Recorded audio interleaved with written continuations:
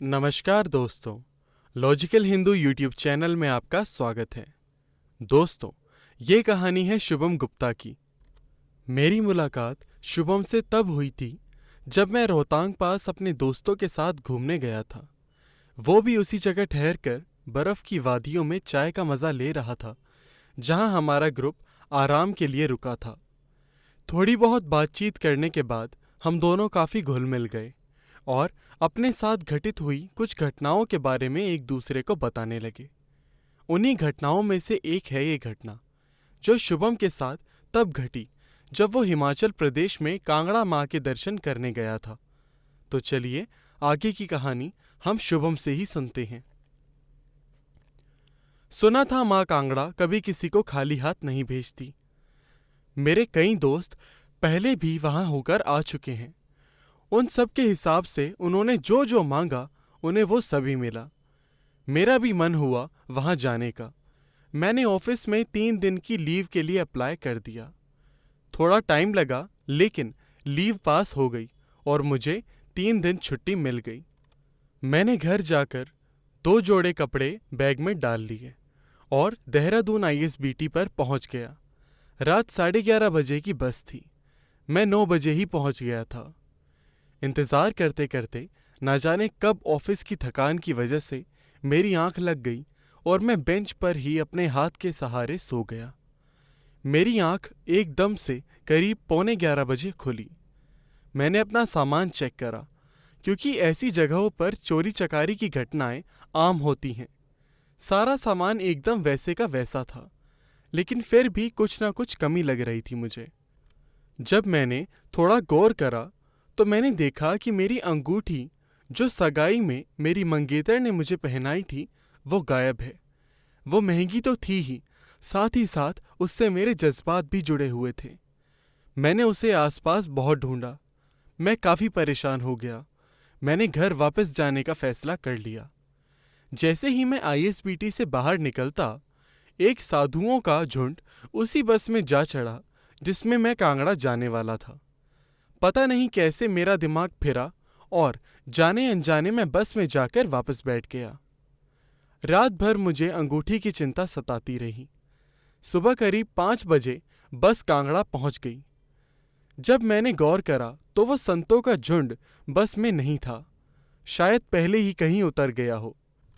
मैंने होटल ढूंढना चाहा, लेकिन मंदिर के आसपास का ज़्यादा पता न होने की वजह से मैंने वहीं पर कहीं पब्लिक वॉशरूम में नहाने का सोचा। नहा धोकर मैं माता के दर्शन के लिए चल पड़ा। ज़्यादा भीड़ न होने के कारण जल्दी दर्शन हो गए। सब ठीक रहा। जैसे ही दर्शन करके मैं आगे बढ़ा तो मुझे एक अर्धनग्न बाबा दिखाई दिए जो बार बार यही बोले जा रहे थे, जो खोया है वो पाएगा, माँ के दरबार में आएगा, तू तो जो खोया है वो पाएगा। ये कहते कहते 2-4 फूल अपनी झोली से निकालते और हम भक्तों पर जो दर्शन करने आए थे उन पर दे डालते। एक फूल मेरे उसी हाथ में आ पड़ा जिस हाथ की अंगूठी मेरी आईएसबीटी पर पिछली रात गायब हुई थी। मैंने गौर नहीं करा और आगे बढ़ गया। जैसे ही मैं बाबा के नजदीक पहुंचा, मुझे मेरी होने वाली पत्नी की आवाज आई, रुको, मैं कुछ कहना चाहती हूं। मैं चौंक गया। मैं तो यहां अकेला आया था, तो यहां ये आवाज कैसे? मैंने मुड़कर देखा तो बाबा मुझे घूर रहे थे।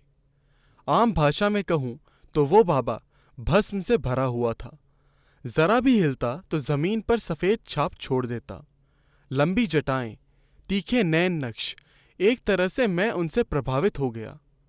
शायद इन्हें अघोरी ही कहते हैं। इस अघोरी ने बस एक लंगोट लपेट रखी थी।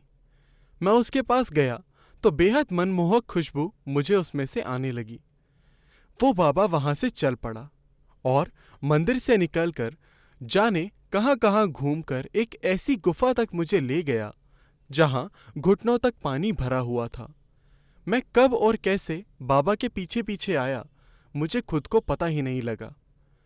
एकदम से होश आने पर मैंने बाबा से पूछा, बाबा कौन हो तुम और मैं यहाँ कैसे आया? बाबा कुछ नहीं बोला और चलता रहा। करीब 2 घंटे चलने के बाद गुफा का अंत आया और बाहर से आती रोशनी से मेरी आंखें चौंधिया गईं। जैसे ही गुफा से बाहर निकले तो मैंने देखा कि वहां 3 चिताएं जल रही थीं। मेरे उल्टे हाथ को भस्म का एक ढेर पड़ा था। सामने एक कुत्ता जाने कौन से जानवर का मांस खा रहा था। मुझे कुछ समझ नहीं आ रहा था।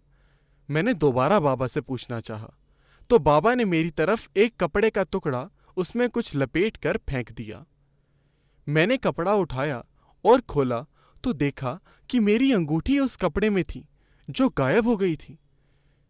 मैंने बाबा से पूछा, बाबा कौन हो तुम? ये मेरी अंगूठी तुम्हारे पास क्या कर रही है? चोर हो क्या तुम? देहरादून से चले थे ना मेरे साथ? ओघड़ ने जवाब दिया, मुझे तेरे साथ चलने की जरूरत नहीं है। तेरी होने वाली बीवी के बारे में सब जानता हूं मैं। तेरी सास ने तुझे कुछ बताया नहीं होगा। मां कांगड़ा ने तुझे यहां मुझसे ही मिलने भेजा है। मैं कुछ समझा नहीं बाबा, आप क्या कहना चाहते हो? तेरी मंगेतर एक साधारण स्त्री नहीं है और ना ही ये अंगूठी साधारण है। मैं समझा नहीं बाबा। तेरी मंगेतर जब 4 साल की थी तो वो कांगड़ा माता के दर्शन के लिए आई थी अपने माँ बाप के साथ। दर्शन करने के बाद जाते वक्त वो सामने जंगल दिख रहा है, उसके उस पार सड़क जाती है। वहां से घर लौट रहे थे कि एक बिच्छू ने उनकी बेटी को काट लिया और वो वहीं बेसुध हुई और थोड़ी देर में उसकी सांसें रुक गई। तेरे सास ससुर फूट फूट कर चिल्ला चिल्ला कर रो रहे थे। मेरा ध्यान गया तो जाकर देखा कि उनकी बेटी मृत पड़ी है। बाबा क्या बताना चाहता था मुझे अभी भी समझ नहीं आ रहा था। बाबा ने आगे जारी रखा, तेरी मंगेतर को उठाकर इसी गुफा में ले आया मैं, और बाबा भूतनाथ की भभूत जैसे ही उसके घाव पर लगाई तो वो भभूत गायब हो गई। मैं समझा आंख का वहम है। मैंने दोबारा लगाई, दोबारा ऐसा ही हुआ। उसके बाद मैं समझ गया कि मैं क्या इसे जिंदा करूंगा? ये खुद ना जाने कितनों को दर्शन देकर उनकी जिंदगियां संवार सकती है। मैंने पूजन की व्यवस्था करी और 3 घंटे तक हवन करने के बाद उसे होश आया। घाव खुद ब खुद भर चुका था। तेरे सास ससुर भी भौचक्के थे कि ये सब हो क्या रहा है। तब मैंने उन्हें बताया कि ये कोई साधारण लड़की नहीं है। माँ कांगड़ा खुद इसके साथ हैं। इसे कुछ नहीं हो सकता। अब चाहो तो इसे घर ले जा सकते हो। उसके बाद मेरे सास ससुर अपनी बेटी को घर लेकर वापस आ गए होंगे। बाबा ने बोलना जारी रखा, बेटा, मैंने उन्हें मना करा था कि अपनी बेटी का सच किसी को कभी ना बताएं, लेकिन ये माता का आदेश था कि किसी भी तरीके से तुझे ये सब पता लगना चाहिए। तेरी मंगेतर कोई साधारण महिला नहीं है और वो तुझसे प्रेम करती है। ये अंगूठी उसकी निशानी है। हाँ, एक बात और, विवाह के पश्चात तुम्हारी संतान तब तक नहीं होगी जब तक तुम दोनों साथ आकर यहां दर्शन ना कर लो। मुझे इन सब चीजों में विश्वास कभी नहीं होता था। मैं बस जल्दबाजी में अपनी अंगूठी लेकर वहां से निकल पड़ा। रुकने का प्लान कैंसिल कर दिया और पहली बस पकड़कर देहरादून वापस आ गया और अपनी मंगेतर से मिलने को कहा। उसने मुझे अपने घर ही बुला लिया। मिलने के लिए मैंने दरवाजा खोला ही था कि उसने जोर से कहा, कोई राज जानकर आए लगते हो, और मुस्कुराकर पलट गई। फिर बोली, अंगूठी मिल गई ना? मैं चौंक गया। इतना कहते ही वो बेहोश होकर जमीन पर गिर गई। मैंने और उसकी मां ने हाथ लगाकर उसे बिस्तर पर लिटाया और जब तक उसे होश आए मैंने जबरदस्ती कर इस बात की पुष्टि उसकी मां से करी कि जो जो उस ओघड़ ने कहा था वो सच था भी या नहीं। लेकिन वो सब सच निकला। मेरे मन में जो प्रेम और इज्जत अपनी मंगेतर के लिए थी वो अब कई गुना बढ़ गई थी। उस बाबा के कथन पर हम विवाह के 11 महीने बाद माता के दर्शन को गए थे। जिस जगह वो बाबा खड़ा था वहां बस एक फूल की गठरी पड़ी थी, जैसे हम दोनों के स्वागत के लिए ही हो। उसके करीब 7 महीने बाद ये खुशखबरी हमें मिली कि मेरी बीवी पेट से है। जाने क्या कुछ हुआ और सब कैसे मुझसे जुड़ा, लेकिन आज मैं और मेरी बीवी एकदम माता जैसे तेज वाली गुड़िया के माता पिता हैं।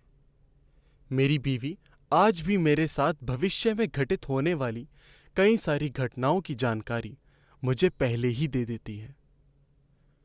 मैं आशा करता हूँ आपको यह वीडियो पसंद आई होगी। कृपया हमारे चैनल को सब्सक्राइब करें। धन्यवाद।